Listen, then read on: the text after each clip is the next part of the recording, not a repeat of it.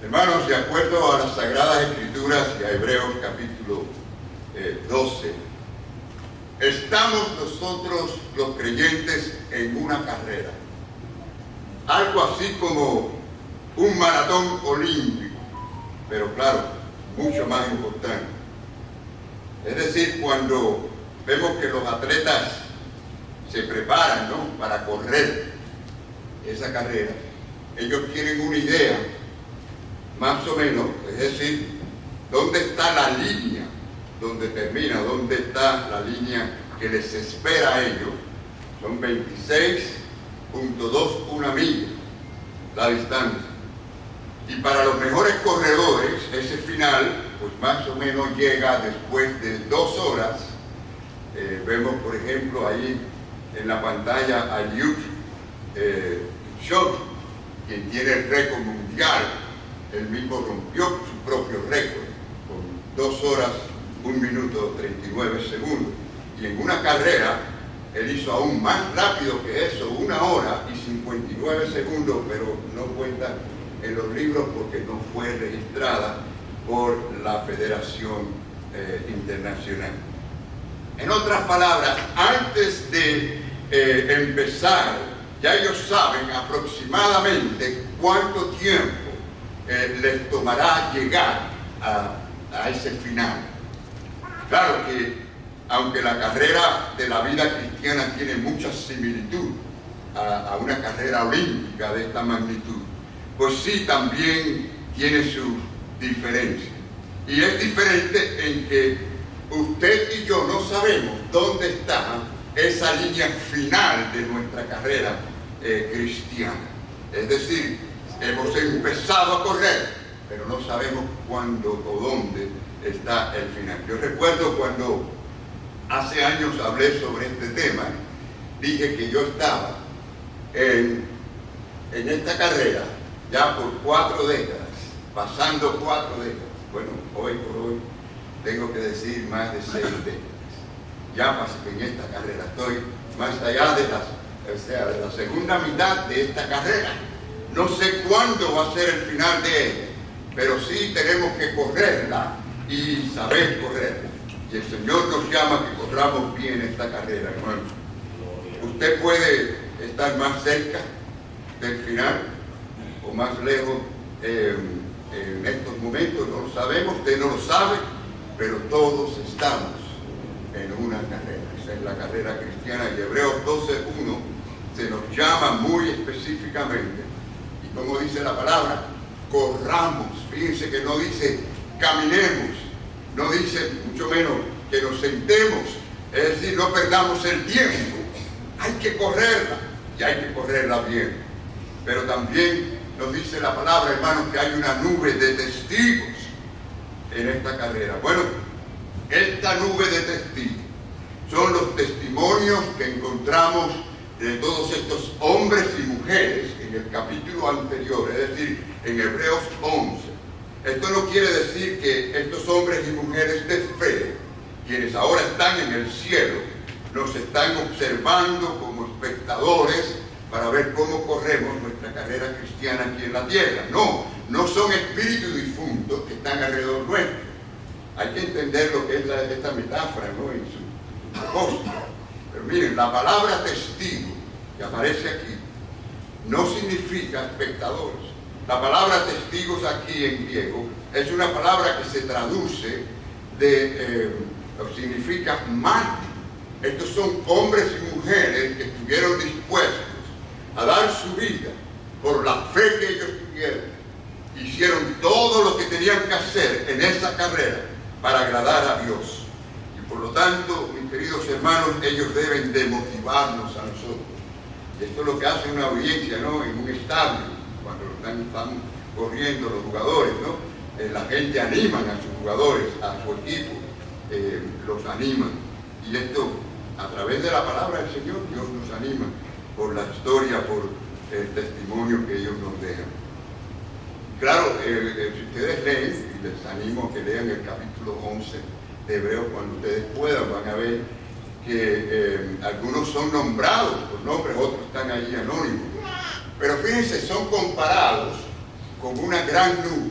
Esto es una metáfora que se usa en las Escrituras para hablar de una gran multitud, ¿no?, de personas.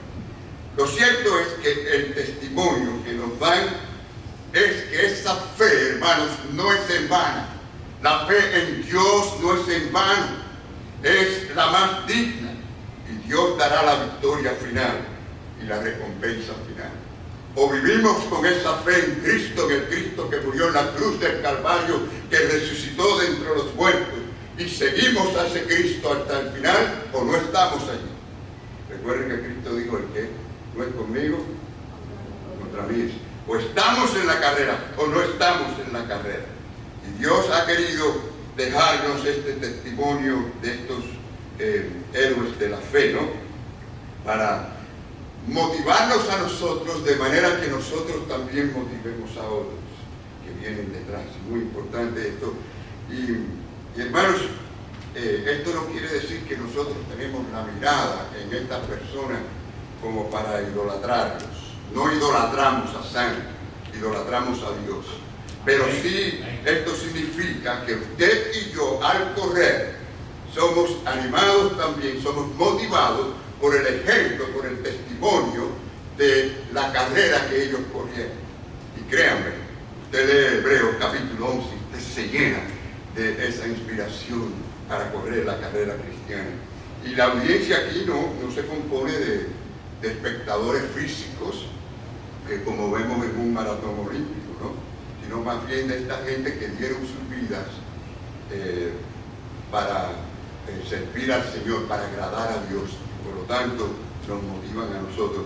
Así, amigo que me escucha, si no estás en esta carrera, te invito en el nombre del Señor a que vengas, a que entres. Y es simple: venir a Cristo con arrepentimiento, reconociendo los pecadores, reconociendo que esa obra de la cruz es la única suficiente para cambiar nuestra vida, confiando en Él, decidido a seguirle para siempre al Señor sin mirar atrás. Y una vez que estamos todos en esa carrera, tenemos que animarnos unos a otros y nos alentamos con el aliento divino de Dios y de su palabra, mis queridos hermanos, con esa fe que nos fortalece, con esa fe y esa fuerza celestial que el Señor nos da por medio de su palabra, y podamos correr todos de manera digna para el Señor, para su gloria y para su honra. Bueno, hay dos cosas que tenemos que quitar del medio si queremos correr esta carrera. ¿Saben? Todos los deportistas tienen ciertas cosas que tienen que quitarse y otras de las que se tienen que abstener, ¿no es cierto?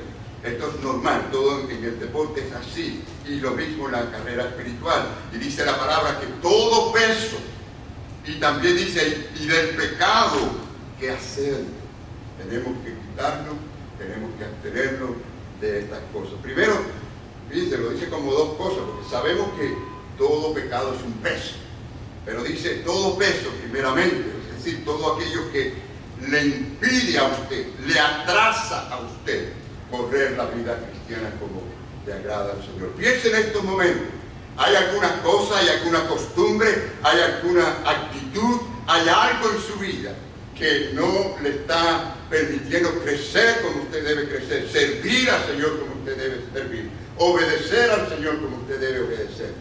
Eso debe quitárselo de encima.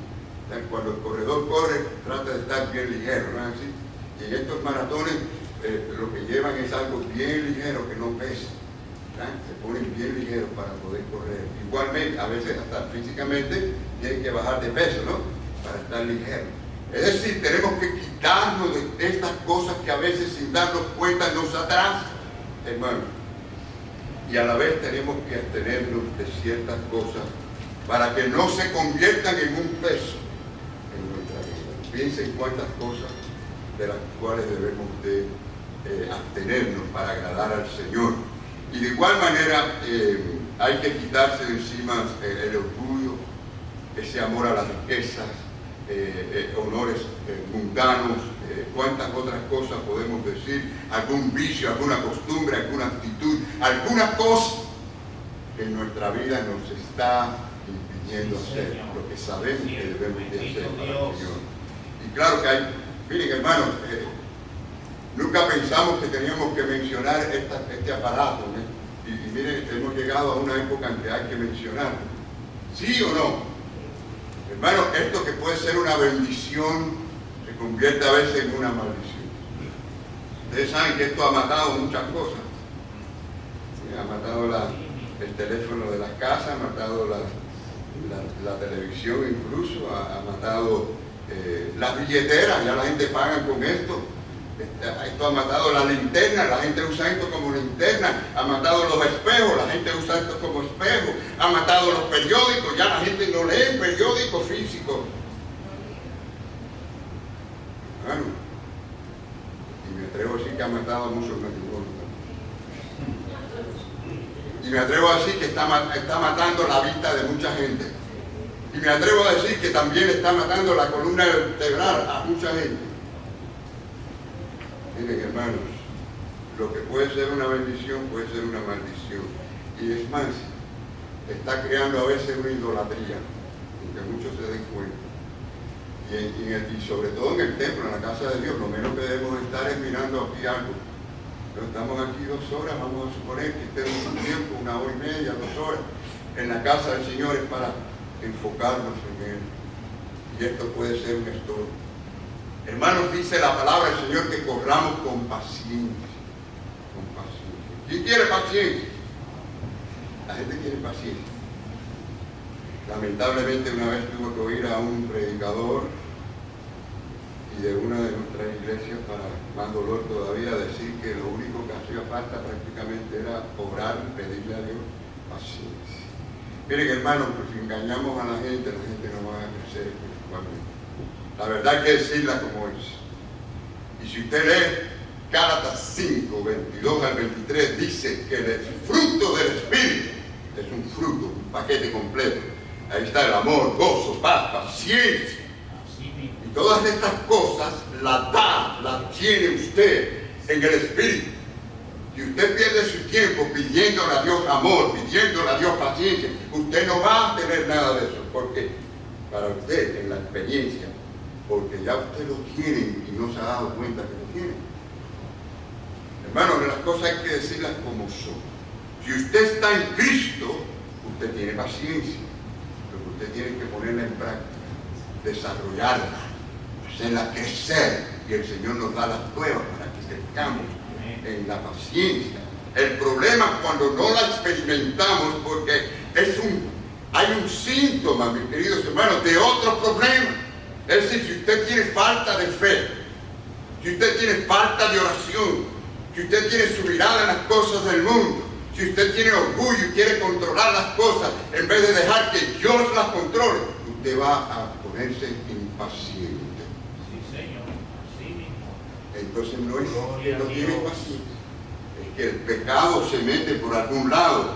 Y lo que aquel predicador tenía que decirle a la gente, hay que arrepentirse primeramente y entonces buscar la ayuda del Señor para desarrollar esa paciencia que el Señor nos ha dado.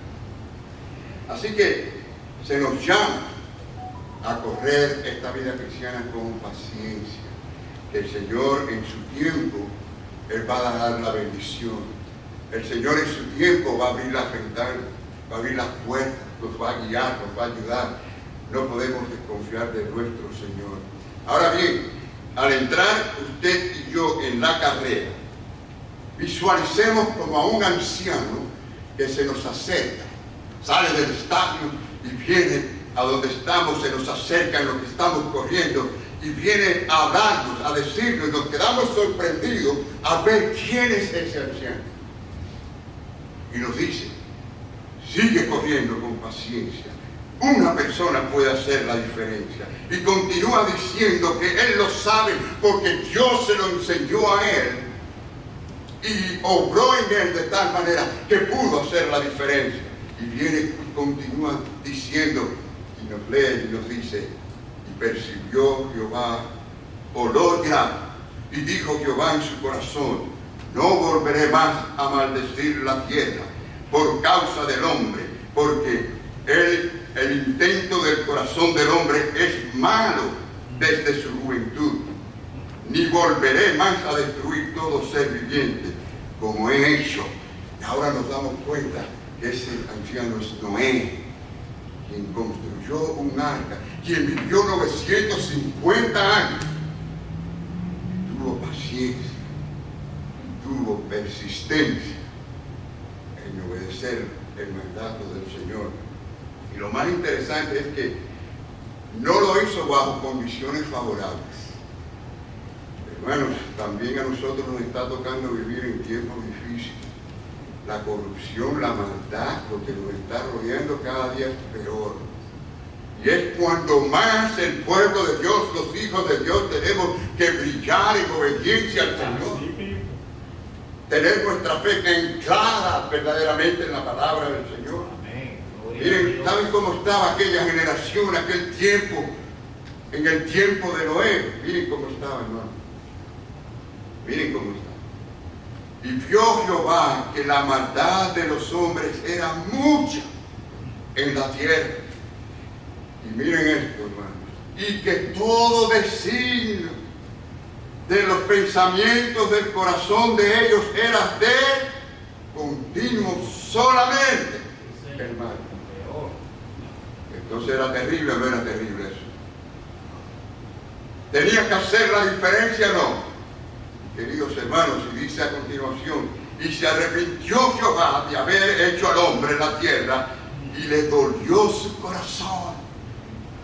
Ahora, quiero que entienda algo. La Biblia dice muy claramente que Dios no es hombre para que se arrepienta. Hay que entender esto. Claro, el Génesis parece fácil, pero es un libro difícil. Hay que entender su lenguaje. Y aquí hay un antropomorfismo donde el hombre explica la ira de Dios o trata de expresar la ira de Dios. Realmente no es un cambio de mente de Dios, sino es un cambio en el proceder de Dios. O sea, va a destruir la tierra, pero por su gracia salva a Noé y obra en la vida de Noé. El Dios justo, el Dios santo, odia el pecado. Y ahí está. La gente cree que el pecado es cualquier cosa. Y algunas personas creen que hay pecados que no son importantes. Le llaman, por ejemplo, mentiritas blancas. Y como son mentiritas blancas, ya están santificadas. Es decir, no, se pueden hacer, no hay problema, no es pecado. Esto lo hace todo el mundo, esto no es nada. Alguien me estuvo diciendo de una persona que en el trabajo se robaban las bolsas de basura para su casa. Y la persona dijo, como si eso no importara. El pecado es pecado y Dios lo odia. Y por esa razón es que necesitamos a Jesucristo, nuestro Señor y Salvador. Y miren, y dijo Jehová también, traeré sobre la faz de la tierra a los hombres que he creado, desde el hombre hasta la bestia, y hasta el reptil y las aves del cielo. Pues vuelvo a decir, me arrepiento de haberlo hecho. Pero miren qué hermoso el versículo 8. Ahí está la gracia de Dios. Le dice, pero Noé halló gracia ante los ojos de Jehová. Hermanos, lo que estamos viendo es que este hombre estaba rodeado de pecado, rodeado de maldad. Las condiciones eran terribles, terribles, terribles. No tenían apoyo, no tenían ningún estímulo, ninguna motivación de esta gente. Todos los designios de los pensamientos eran cada vez peor. Al contrario, lo que estuvo alrededor de él era tentación, burla, rechazo. Y en cambio, miren cómo fue Noé, que obedeció a Dios. ¿Ya? Noé era diferente, fue diferente. Y tenemos que ser diferentes, mis queridos hermanos. Qué triste cuando vemos que hay cristianos que en vez de querer ser diferentes al mundo, quieren parecerse al mundo. Y se parecen algunos al mundo. Señor. Y el Señor dice que no amemos al mundo. No diga así el Señor. Gloria a Dios. No podemos amar al mundo y las cosas del mundo. Tenemos que seguir a Jesucristo y obedecer su palabra. Entonces, en primer lugar, estamos diciendo que hay que hacer la diferencia. El Señor nos llama a hacer la diferencia. Usted y yo podemos hacer la diferencia en este mundo tan corrupto y de tanta maldad y de tanto pecado. Y miren, Él hizo la diferencia en su familia. usted y yo también podemos hacer la diferencia en la familia. Ahora, ¿qué produjo la fe de Noé? Piense por un momento, ¿qué produjo la fe de Noé? La fe de Noé produjo integridad y obediencia. Cuando alguien le dice a usted, yo tengo mucha fe en Dios, como dijo Santiago, ¿tienes fe? Pues muéstrame tus obras, muéstrame tu obediencia, porque la fe sin obra es muerta. Es una fe emocional, intelectual, una cosa linda, un pensamiento lindo acerca de Dios. Eso no es fe. La verdadera fe se ancla en lo que Dios dice. Creemos en Dios y creemos a Dios. Esa es la fe verdadera y por lo tanto la predicamos.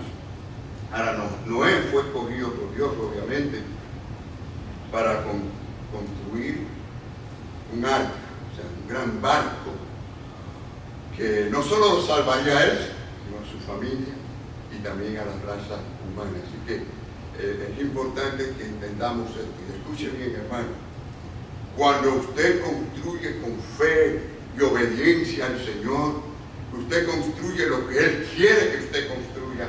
Los que están alrededor suyo, de alguna manera van a ser bendecidos con su vida, con su testimonio, con su ejemplo. Y Noé sin duda era un hombre de integridad y de fe ante esta clase de generación que él tuvo que ver. Miren lo que dijo Dios a través de Génesis.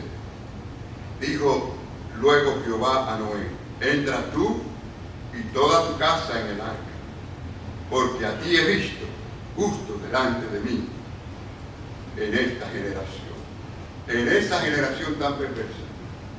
Hermanos, hizo la diferencia, aunque no habían otro. Él no tenía como nosotros, que tenemos un grupo de hermanos que nos reunimos, alabamos junto al Señor y nos fortalecemos. Estaba solo con su familia, pero fue obediente al Señor y siguió la voz del Señor. Y claro que la fe que tuvo en Dios es lo que lo justificó. Dice la Biblia que no hay justo ni aun uno. Nadie es bueno delante de Dios si lo miramos desde el punto de vista en comparación con Dios. En comparación con los hombres, sí, algunos son más buenos que otros, más malos que otros, pero delante de Dios no hay bueno ni aun uno, dice la palabra del Señor. Pero su fe en Dios lo hizo justo a él.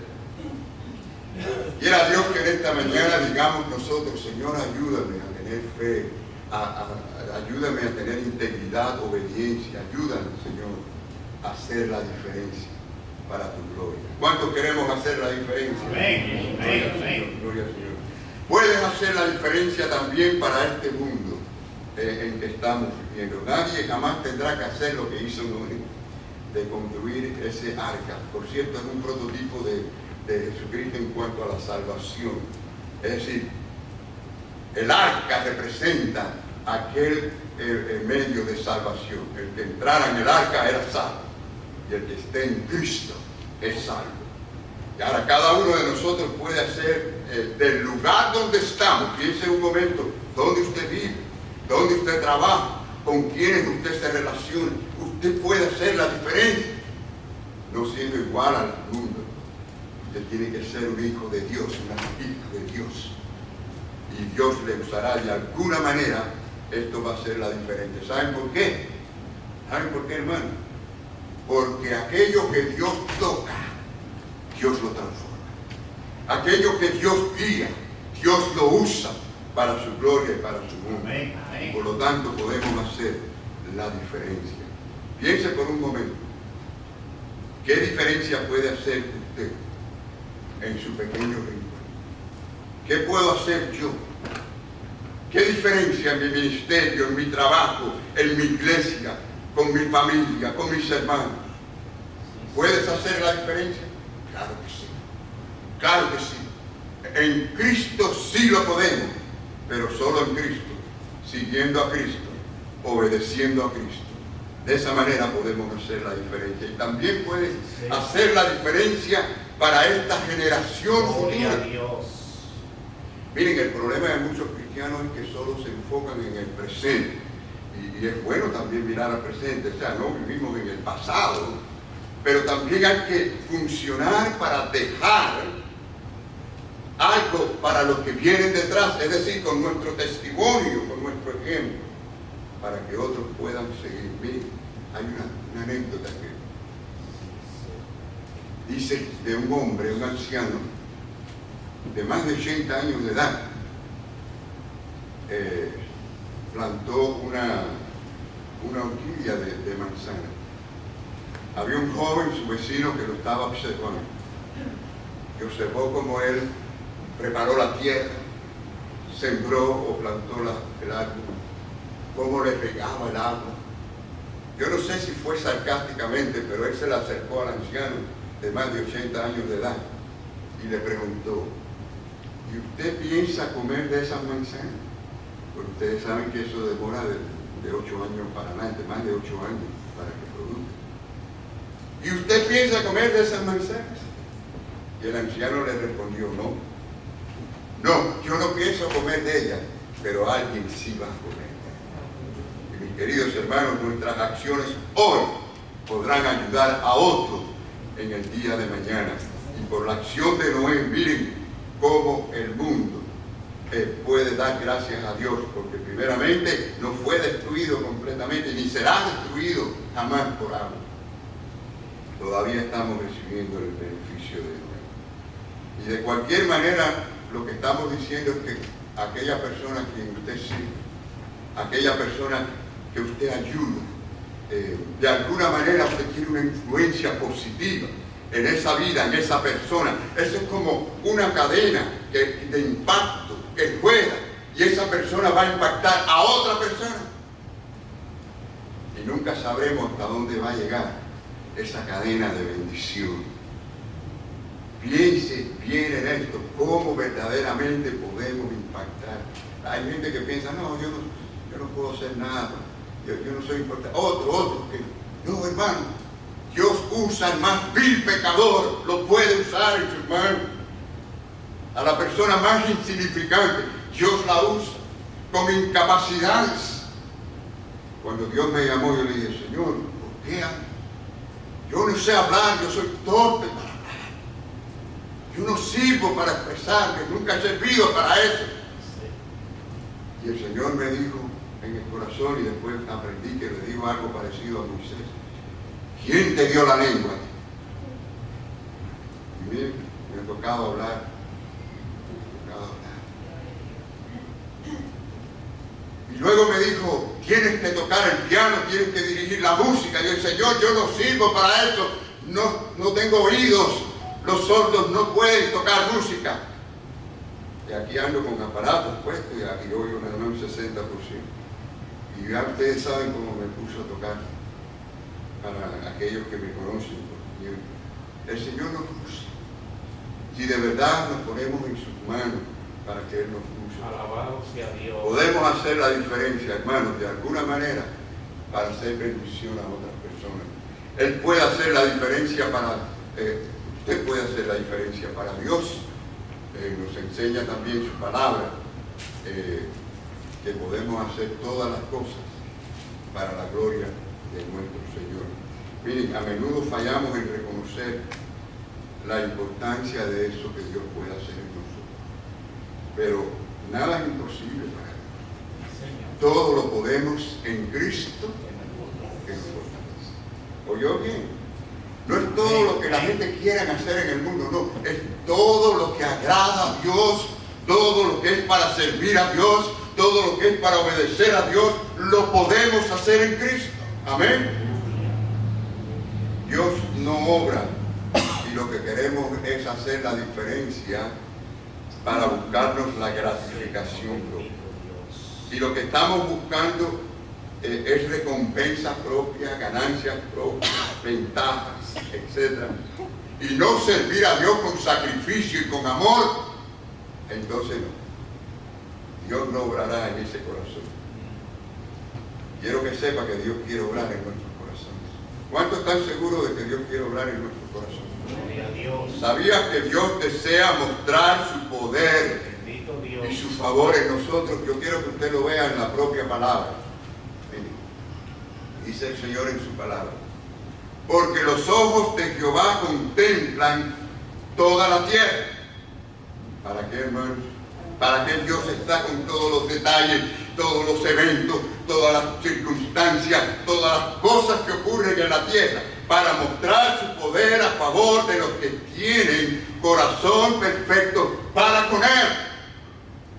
Ahora, cuando dice corazón perfecto, son corazones lavados por la sangre de Cristo. Son corazones que aman a Dios, que desean a Dios, buscan a Dios, son temerosos de Dios. Corazón perfecto, corazón según Dios. Y también podemos hacer la diferencia para cualquier edad. A ver, ¿cuántos estamos en la edad de oro? Año dorado. Mira, vemos unos cuantos, ¿verdad? No digas, esta es la edad de oro porque oro por la rodilla, oro por la espalda, oro por la artritis. No. Con todo, y es verdad que tenemos a veces condiciones y situaciones, ¿verdad?, físicas, pero la verdad es que siempre hay algo que podemos hacer para servir al Señor. Siempre hay algo que podemos hacer para bendecir a otra persona con nuestra vida. Miren, muchas personas se ponen restricciones ellos mismos, no Dios. Ellos mismos se las ponen. Si usted lee la historia de estos hombres y mujeres de fe en Hebreos 11, ustedes van a ver que todos ellos tuvieron obstáculos. Algunos eran de edad, algunos tuvieron que pasar por circunstancias prácticamente imposibles, pero todos triunfaron porque pusieron su fe en el Dios Todopoderoso y creyeron en Él, creyeron en su poder, en lo que Dios podía hacer en ellos. Así que, hermanos, tenemos que decir que no hay obstáculos para Dios, no hay imposibilidades para nuestro gran Dios. Ustedes recuerdan muy bien aquella ocasión en que el Señor alimentó a más de 5,000 personas, ¿verdad? Recuerdan esto en Juan capítulo 6. 2 discípulos vinieron, pero vinieron viendo las imposibilidades. Por ejemplo, vino Felipe I y le dijo: maestro, 200 denarios no es suficiente. O sea, el salario de un hombre promedio de un año no es suficiente para alimentar a toda esta gente. Además, ¿dónde vamos a conseguir en un solo mercado tanto para de pronto tanta gente? Y luego vino Andrés y se aparece allí ante el Señor como un muchacho que tenía 5 panes y 2 peces. Y dijo: pececillos, mira bien. Y entonces él mismo dice: ¿qué es esto para tantos? Hermanos, ¿y qué ocurrió? Nuestro gran Señor Todopoderoso multiplicó los panes y los peces y sobraron 12 cestos. ¿Ven? En el caso de Noé, pues él entró en el arca a la edad de 600 años de edad y el Señor lo utilizó. Segundo lugar, y voy a ser más breve con este segundo punto, las palabras que nos puede decir. ¿Qué nos diría Noé en estos momentos si nos pudiera hablar? Y yo estoy seguro que tendría que ver con lo que él hizo, ¿no? Primeramente, él nos diría algo como que no tengas miedo a salirte de la multitud. Yo sé lo que es levantarse y verse solo, pero decidí levantarme porque el Señor estaba conmigo. Puse mi mirada en el Dios Todopoderoso, el que me habló, y seguí su palabra. Y hice la diferencia para mi familia y para el mundo. Y los que quieren hacer la diferencia en este mundo corrupto, tenemos que levantarnos con la acción de Dios y el poder de Dios. Sí, también nos diría algo como: no tengas miedo a hacer algo por primera vez. Hay gente que somos gente de costumbre, ¿no? El ser humano es un ser de costumbre. Y nos cuesta trabajo a veces hacer algo. A mí me pasa, no sé a ustedes, nos pasa cambiar.